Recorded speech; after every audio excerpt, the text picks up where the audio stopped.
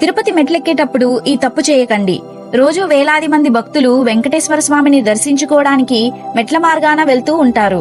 కానీ చాలా మందికి తెలియని విషయం ఏంటంటే ప్రతి మెట్టు మీద ఇరువైపులా 2 వైష్ణవ దూతలు ఉంటారు. వాళ్ళు ప్రతి భక్తుణ్ణి గమనిస్తూ ఉంటారు. అసలు వాళ్ళు మెట్లపైన ఎందుకు ఉంటారంటే పూర్వం ఈ వైష్ణవ దూతలు కూడా మనుషుల్లాగా వెంకటేశ్వర స్వామిని దర్శించుకోవడానికి పోటీ పడేవారు. అయితే ఆ దూతలతో మనుషులు పోటీ పడలేక చాలా మంది వెంకటేశ్వర స్వామిని దర్శించుకోలేకపోయేవారు. అది చూసిన వెంకటేశ్వర స్వామి తన వైష్ణవ దూతలకి ఒక షరతు పెట్టాడు.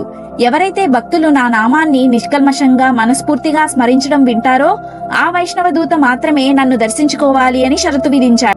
ఈ కారణంగా వైష్ణవ దూతలు మెట్లకి ఇరువైపులా నిలబడి మనస్ఫూర్తిగా స్వామి నామాన్ని జపించే భక్తుడి కోసం వేచి చూస్తూ ఉంటారు.